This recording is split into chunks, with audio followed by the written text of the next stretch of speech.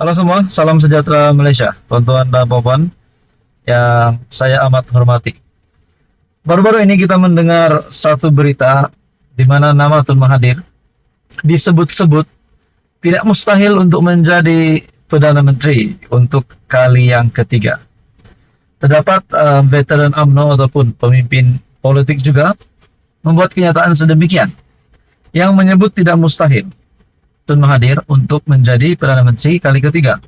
Setelah hari ini beliau boleh dianggap disanjung oleh PAS ataupun Perikatan Nasional, sehingga kan beliau diangkat sebagai penasihat untuk 4 negeri PAS ataupun Perikatan Nasional. Tuan-tuan dan puan, dalam satu ulasan dari Syahbudin.com, hampir mustahil Tun Mahathir boleh jadi Perdana Menteri kali ketiga.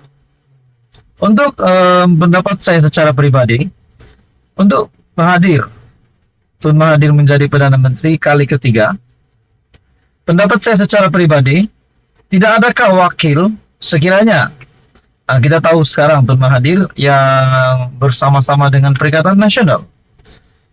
Tidak adakah wakil dari PN yang lain yang mungkin mampu ataupun akan bertanding hebat juga untuk menjadi Perdana Menteri sekiranya Perikatan Nasional pada suatu hari nanti akan menjadi kerajaan. Itu pun kita kena ingat juga bahwa hari ini GPS Gabungan Parti Sarawak disahkan oleh Premier Sarawak sendiri bahwa GPS akan kekal sokongan kepada Datuk Seri Anwar Ibrahim kepada Kerajaan Perpaduan sehinggalah pilihan raya umum ke-16, di mana pada 4 tahun akan datang, yaitu pada 2027.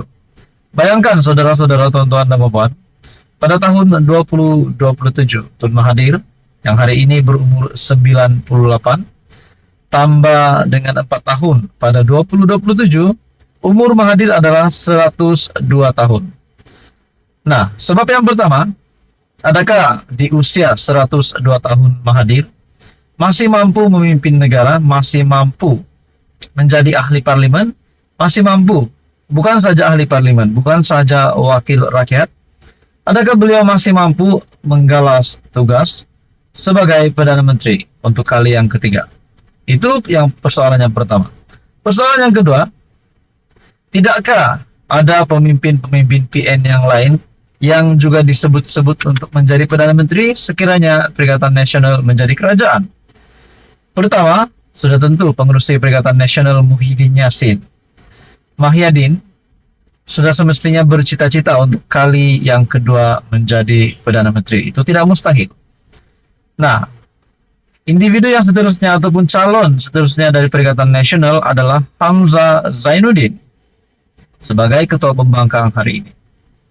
Nah, tuan-tuan dan puan, menurut satu ulasan dari Syahbudin.com, veteran UMNO Sabah Saleh Tun Said Keruak membayangkan Tun Mahathir boleh kembali lagi sebagai PM jika tindakan politiknya tidak diperhati serta diawasi. Berikutan keputusan 4 negeri Tadbiran PAS melantik bekas PM 2 kali itu sebagai penasihat tidak rasmi. Memberi jawatan penasihat tidak rasmi kepada 4 negeri itu hanyalah untuk PAS memanfaatkan pengalaman dan pengaruh beliau menjadi penasihat tidak rasmi, seumpama Perdana Menteri tidak rasmi juga bagi 4 negeri berkenaan menurut Syahbudin. Yang mungkin berlaku dengan kedudukan tersebut ialah pengikut dan penyokong Tun Mahathir barangkali lebih dulu terbuka peluang untuk berniaga atau mengemukakan apa-apa proposal kepada 4 negeri sebagai peluang mencari rezeki. Seterusnya, saudara-saudara, selagi ada Mahyadin selaku pengerusi PN dan Hamzah sebagai ketua pembangkang yang merupakan 2 tokoh utama gabungan blok pembangkang, ruang untuk Tun Mahathir menguasai PN boleh dikata sentiasa tertutup. Dalam pada itu, saudara-saudara, tuan-tuan dan puan, kalau diletakkan juga bertanding, besar kemungkinan pengundi sendiri secara berjamaah lebih dulu menolaknya, mengulangi kekalahan di Langkawi. Adakah saudara-saudara di usia Mahathir yang hampir 100 tahun ini bakal diterima oleh rakyat Malaysia Sudah pasti rakyat Malaysia semakin hari semakin bijak berpikir bahwa mereka memerlukan pemimpin yang muda dan masih bertenaga. Di akhir ulasan dari Syahbudin.com, dengan 4 sandaran di atas mungkin dianggap terlalu takbur atau cuba mendahului takdir jika menghukum mustahil. Tetapi dengan akal yang ada, tidak salah untuk mengatakan hampir mustahil bagi Tun Mahathir boleh jadi PM sekali lagi. Akhir ulasan ini berkata, lagipun asyik dia dan dia saja, Malaysia ini nak jadi apa menurut Syahbudin Husin pada 19 September 2023. Adakah kita boleh katakan di sini selamat tinggal Mahathir? Nah, saudara-saudara, menurut Anda apa komen Anda berkaitan dengan ulasan hari ini? Sekian saja. Teruskan bersama di dalam channel ini untuk info yang seterusnya. Mohon bantu channel ini dengan menekan butang like, share, dan juga subscribe. Halo semua, salam sejahtera Malaysia. Tonton dan puan yang amat dihormati sekalian. Saudara-saudara yang saya amat hormati sekalian. Baru-baru ini Tun Mahathir dilantik sebagai penasihat tidak rasmi untuk 4 negeri takbiran PAS ataupun Perikatan Nasional. Timbul beberapa spekulasi setelah Tun Mahathir yang diangkat sebagai penasihat untuk 4 negeri PN. Spekulasi timbul, persoalan timbul. Kita cakap tentang persoalan.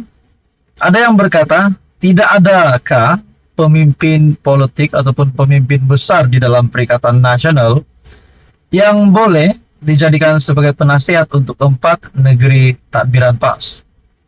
Bagaimana dengan Muhyiddin Yassin selaku bekas Perdana Menteri juga, selaku Presiden Bersatu, selaku pengerusi Perikatan Nasional. Dan tokoh yang kedua ataupun pemimpin yang kedua adalah Hamzah Zainuddin selaku Ketua Pembangkang. Nah, saudara-saudara yang amat dihormati sekalian, spekulasi dan juga persoalan timbul.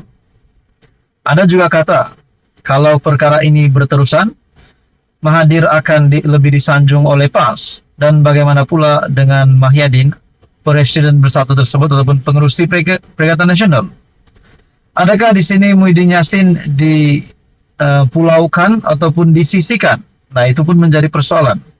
Dan adakah selepas ini Mahathir akan mendapat tanggung jawab yang lebih besar ataupun jawatan yang lebih besar selepas ini? Setelah hari ini pun beliau sudah dilantik sebagai penasihat tidak rasmi untuk 4 negeri Perikatan Nasional. Persoalan yang timbul juga adalah, kalau perkara ini berterusan dan Muhyiddin akan merajuk, tidakkah beliau mungkin mempunyai akal fikiran untuk membawa bersatu, satu blok bersatu, kalau saya tak silap 30 kerusi keluar dari Perikatan Nasional dan mungkin menjadi pembangkang kuasa ketiga, ataupun pilihan yang lain adalah menyertai kerajaan perpaduan. Nah, semua itu juga tidak mustahil dalam politik. Contoh apa? Ada juga kata mungkin Muhyiddin Yassin akan meletakkan jawatan selaku pengurusi Perikatan Nasional setelah perkara ini berterusan. Sebabkan kita dapat melihat kekuatan Perikatan Nasional itu, kekuatan Perikatan Nasional adalah daripada kerusi PAS yang lebih banyak berbanding kerusi Presiden Bersatu ataupun kerusi Bersatu, Parti Bersatu, anggota komponen di dalam Perikatan Nasional. Jadi tuan-tuan dan puan yang amat dihormati sekalian, mungkinkah akan berlaku lompat parti ataupun peletakan jawatan mengejutkan sekiranya perkara ini membawa kepada satu keputusan yang lebih buruk lagi pada masa akan datang. Jadi perkara ini tidak mustahil di dalam politik. Saudara-saudara, itu hanyalah persoalan dan juga spekulasi yang dibuat berdasarkan beberapa pemerhati politik yang saya lihat juga. Saudara-saudara, sekian saja, teruskan bersama di dalam channel ini untuk info yang seterusnya. Mohon bantu channel ini dengan menekan butang like, share, dan juga subscribe.